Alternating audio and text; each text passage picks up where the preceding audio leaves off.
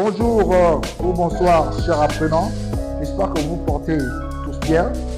Nous revoilà pour une nouvelle vidéo. Aujourd'hui, nous allons parler d'isométrie, plus précisément d'anti-déplacement. Nous allons mettre un accent sur les symétries glissées. Donc, ici, nous avons un schéma. Voilà. Où je vais faire un petit commentaire avant de démarrer.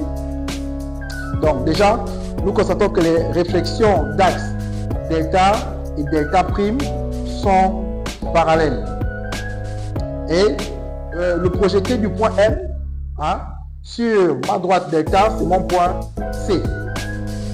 Donc, on constate aussi que le point I appartient à ma droite delta prime et mon point A appartient à ma droite delta. Et mon vecteur U ici,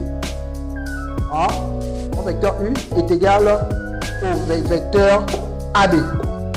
Ouais. Donc, ce sont des vecteurs égaux. Même sens, même direction, même nombre. Donc, je vais commencer par écrire. Donc, anti-déplacement. D'abord. Anti-déplacement. Donc, il faut savoir que par définition, un anti-déplacement est une isométrie qui transforme tout temps orienté en son opposé. C'est important. Et il faut savoir qu'un antidéplacement peut être aussi être défini comme une isométrie négative. Donc, je mets juste en dessous là, moins. Donc les antidéplacements sont divisés en deux catégories. Nous avons les réflexions ou symétrie orthogonale, voilà, qui est caractérisée par son axe, et les réflexions fixent au moins 2 points. Nous avons au moins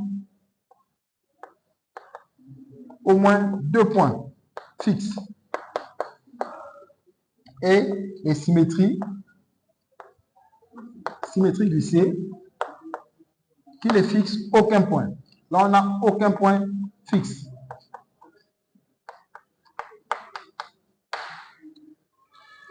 Voilà. Donc, je vais prendre une transformation du plan. Donc, je vais prendre soit F, une transformation du plan qui va être la composée d'une translation et d'une réflexion. Et je vais voir ce que cela me donne. Donc, je vais prendre soit F, une transformation du plan, tel que, tel que F est égal à TU rond S delta. Oui?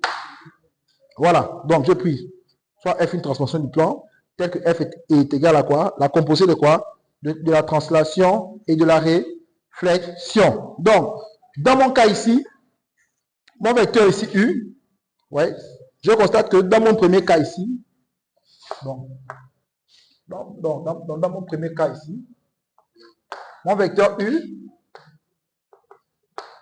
n'est pas normal à delta. Ouais, mon vecteur là, qui est égal au vecteur AB, il n'est pas normal à delta. Donc, je vais décomposer ici ma translation. Donc, on a U, mon vecteur U, égale le vecteur AB. Là, je vais introduire le point C via la relation de chasse. Donc, je vais décomposer. Voilà, donc je vais ma somme vectorielle A. Donc, AC plus le vecteur CB. Oui, donc puis, j'aurai TU. Donc, j'aurai la translation du vecteur U va me donner la translation du vecteur AB. Donc, ça encore donné. Donc, je remplace. Oui, j'introduis le point C. Donc, je viens seulement remplacer ici. Donc, j'aurai le vecteur AC plus le vecteur CB. Voilà. Or, mon point M est milieu du segment. Or, M, milieu du segment CB. Donc, cela implique tout simplement que le vecteur CB est égal à 2 fois le vecteur CM. Donc, je viens ici, je vais remplacer, j'aurai été AC plus, donc je remplace le vecteur CB par le vecteur de CM. Donc là, j'aurai TAC rond T de voilà, CM. Donc là, voilà. Donc, par suite encore, je constate quoi? Que je vais faire un petit rappel. Je vais décomposer cette translation-là en produit de deux réflexions d'axes parallèles. Donc, petit rappel. Donc, lorsqu'on a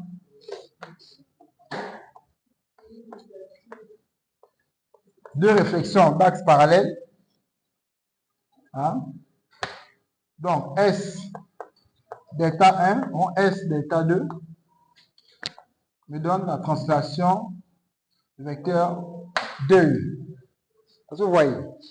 Donc ici, mon vecteur de translation là, la norme du vecteur de translation là, c'est par mes deux réflexions. Vous voyez, sa norme, c'est par mes deux réflexions. Donc ici, si je veux décomposer cette translation là, donc T2CM, donc par identification, mon U ici là, c'est CM. Donc ça veut dire que la norme de ce vecteur là doit séparer mes deux réflexions. Donc voici le vecteur CM, donc sa norme, vous voyez, celui-là. Donc, ça veut dire que mes deux réflexions seront quoi? C'est delta prime suivi de delta. Donc, j'aurai S delta prime suivi de S delta. Voilà, donc je vais appeler décomposer ma translation. Donc ici, j'aurai T, la translation du vecteur U, va être égale à la translation du vecteur AC rond, tout simplement. Donc, je remplace ici par S delta prime rond S delta. Voilà. Donc, je viens à peine de décomposer ma translation de vecteur U. Vous voyez? Donc, qu'est-ce que je fais? Je viens là, F égale, donc, soit encore, donc F égale, c'est que F c'est TU rond S delta. Donc, TU, oui, je viens remplacer ici, TU ici, par son équivalence ici. Donc, ça va faire T, ça va faire la translation vecteur AC rond S delta prime, rond S delta, rond encore S delta qui va rester là. Voilà. Donc, nous avons vu dans la vidéo précédente que lorsque on compose deux réflexions, vous voyez, cela me donne quoi? De même axe, cela me donne quoi? IDP, identité du plan. Et nous avons dit que l'identité du plan est un élément neutre lorsqu'on fait la composition des réflexions. Un peu comme 1 l'est dans la multiplication dans R ou encore 0 l'est dans l'addition dans N.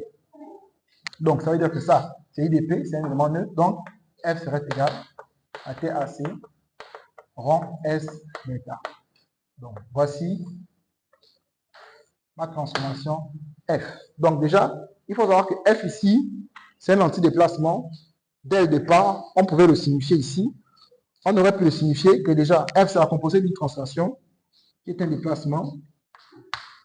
Un déplacement, c'est une isométrie, tout simplement, qui conserve la mesure des angles orientés.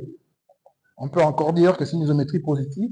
Et S, c'est un antidéplacement qui transforme tout angle orienté en son opposé. Donc, ça veut dire que si je fais la règle des signes, donc F est bel et bien un antidéplacement. Est-ce que vous voyez?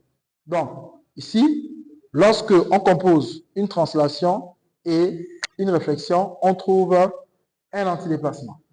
Vous voyez?